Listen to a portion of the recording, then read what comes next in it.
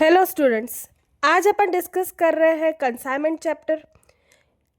इस वीडियो में मैं कंसाइनमेंट चैप्टर का इंट्रोडक्शन और कुछ ट्रिक्स जो अपन ध्यान रखेंगे तो कोई भी सम अपन से इजीली सॉल्व हो जाएगा। अभी स्टार्ट करने से पहले उसका मतलब, कंसाइनमेंट का मतलब क्या होता है वो जानना बहुत ज़रूरी है।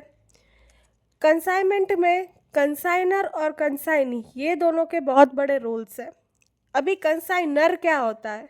जो माल भेज रहा है। कंसाइनी क्या होता है? जो माल ले रहा है, मतलब जो भी गुड्स है अपन भेज रहे हैं, जो भेज रहा है मतलब प्रिंसिपल जो है उसको बोलते हैं कंसाइनर। और कंसाइनी जो कि एक एजेंट की तरह काम करता है, जो कि गुड्स ले रहा है। अब वो एजेंट की तरह काम करके जो फाइनल कस्टमर है उस तक गुड्स पहुंचाने में काम करता है। अभी जितना भी वो सेल करेगा उसके ऊपर उसको कमीशन मिलेगा। इस कॉन्सेप्ट को बोलते हैं कंसाइनमेंट। कंसाइनमेंट मतलब sending goods by the consignor to the consignee. जो कंसाइनर गुड्स भेज रहा है कंसाइनी तक उसको बोलते हैं consignment. To sell them on behalf of consignor, consignor के बिहाफ पे अपन उसको सेल करते हैं। Ownership remain with consignor till sold to final customer. जब तक फाइनल कस्टमर तक गुड्स नहीं पहुंचते तब तक ओनरशिप किसकी होगी? कंसाइनर की। ये बहुत ही इंपॉर्टेंट पॉइंट है। ओनरशिप हमेशा कंसाइनर की ही रहेगी जब तक वो फाइनल कस्टमर तक नहीं पहुंचता। भले गुड्स है वो कंसाइनी के पास है, पर जो ओनरशिप है वो हमेशा कंसाइनर तक ही रहेगी। Good belong to consignor till they are sold. जब तक वो सेल नहीं हो जाते तब तक जो गुड्स है वो किसके रहेंगे? कंसाइनर के। Even consignee has good in hand, he is agent. भले ही कंसाइनी के पास गुड्स है तो भी वो एक एजेंट है, उसके गुड्स नहीं हो सकते। So goods are not recorded in consignee's book stock. क्या है? So goods are not recorded. Goods record नहीं होते किसमें? In consignee book. कंसाइनी के बुक में कभी भी रिकॉर्ड नहीं होते as a stock. Closing stock या ऐसे कभी भी कंसाइनी के बुक में अपन वर्ड नहीं देखेंगे। अब एक्सपेंसेस कितने टाइप के होते हैं? एक्सपेंसेस दो टाइप के होते हैं, non recurring and recurring. Non recurring expenses मतलब वन टाइम एक्सपेंसेस, जो एक बार कर दिए दोबारा इसको करने की ज़रूरत नहीं है। जैसे कि गुड्स है अपन कंसाइनर से कंसाइनी तक भेज रहे हैं तो फ्राइट, लोडिंग, इंश्योरेंस ये सब एक ही बार अपन करते हैं, मतलब एक गुड में एक ही बार करेंगे, तो इसको बोलते हैं non recurring expense. Recurring expense, expense incurred for selling goods, जो गुड्स भेजने के लिए अपन को बार बार करना पड़ता है, जैसे गोडाउन का रेंट, एडवर्टाइजमेंट एक्सेट्रा, ये सब हो गए रिकरिंग एक्सपेंसेस। नॉन रिकरिंग मतलब one time expenses. Recurring expenses मतलब जो अपन को बार बार करने पड़ते हैं। Only non recurring expense plus होते हैं क्लोजिंग स्टॉक में। क्लोजिंग स्टॉक में नॉन रिकरिंग एक्सपेंस मतलब ये वाले ही एक्सपेंसेस अपन को प्लस करने हैं, रिकरिंग एक्सपेंसेस अपन प्लस नहीं करेंगे। देन कमीशन कितने तरह के होते हैं? ऑर्डिनरी और del credit commission. Ordinary commission जो होता है उसका परसेंटेज अपन को क्वेश्चन में हमेशा दिया होगा, वो फिक्स्ड परसेंट रहता है टोटल सेल के ऊपर। डेल क्रेडिट कमीशन है वो अपन को सिर्फ और सिर्फ क्रेडिट सेल के ऊपर ही कैलकुलेट करना है। For taking risk of bad debts. Bad debts क्या होता है? जो कि पैसे अपन को नहीं मिलने वाले हैं या फिर डाउट है कि वो मिलेंगे या नहीं मिलेंगे, उसको बोलते हैं bad debts.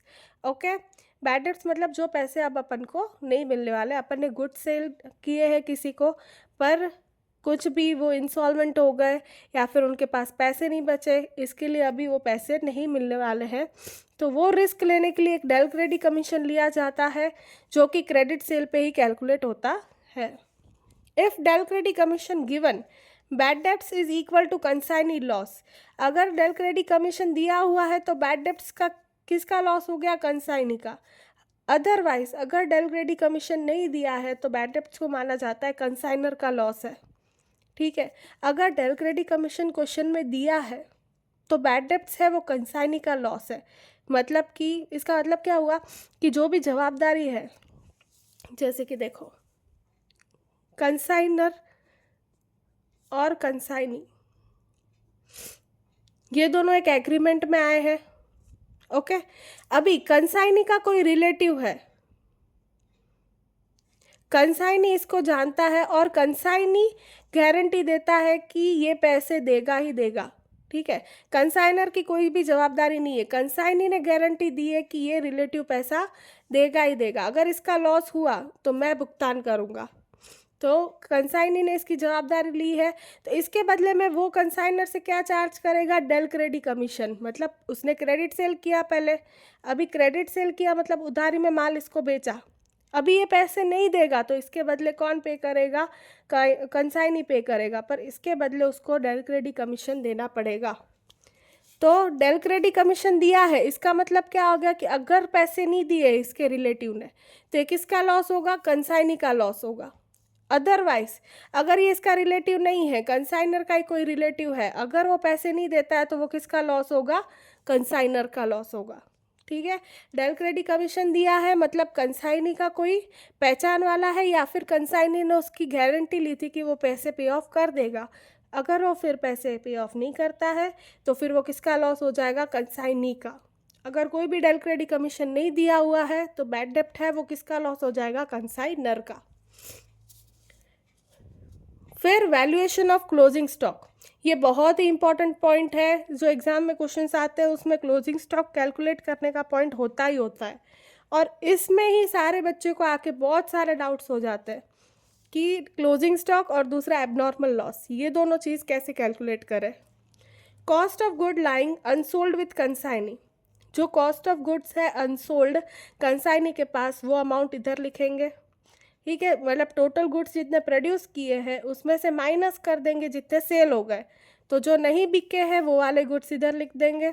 Plus proportionate expense of consignor, अभी उसमें कितना एक्सपेंसेस कंसाइनर का है वो प्लस करेंगे, plus proportionate expense of consignee, consignee का कितना एक्सपेंस है वो प्लस करेंगे, वो भी सिर्फ नॉन रिकरिंग, नॉट रिकरिंग सिर्फ नॉन रिकरिंग ही करेंगे। मैंने आगे समझाया था एक्सपेंसेस में रिकरिंग और नॉन रिकरिंग क्या होता है। नॉन रिकरिंग मतलब वन टाइम एक्सपेंसेस, जो वन टाइम है वही अपन को इधर ऐड करना है। इन तीनों के टोटल करेंगे तो आ जाएगा वैल्यू ऑफ क्लोजिंग स्टॉक। उसके बाद भी कभी कभार क्या होता है कि जो गुड्स है उसमें रिपेयर की ज़रूरत होती है, तो रिपेयरिंग का जो कॉस्ट होता है वो क्लोजिंग स्टॉक की वैल्यू में से माइनस करना होता है। When closing stock require repairs, value of closing stock लिखेंगे minus expenses on repair, repairing के जो एक्सपेंसेस है उसको माइनस करेंगे तो आ जाएगा वैल्यू ऑफ क्लोजिंग स्टॉक। ये हो गया क्लोजिंग स्टॉक का कैलकुलेशन। अब लास्ट सबसे इम्पॉर्टेंट है लॉस। लॉस में दो तरह के लॉस होते हैं, नॉर्मल लॉस और एबनॉर्मल लॉस। नॉर्मल लॉस क्या होता है, unavoidable, can not be prevented, जिसको अपन अवॉइड नहीं कर सकते, मतलब कुछ भी कर दो तुम वो लॉस तो होने ही वाला है। कैन नॉट बी प्रिवेंटेड, उसको प्रिवेंट मतलब टाल नहीं सकते हैं।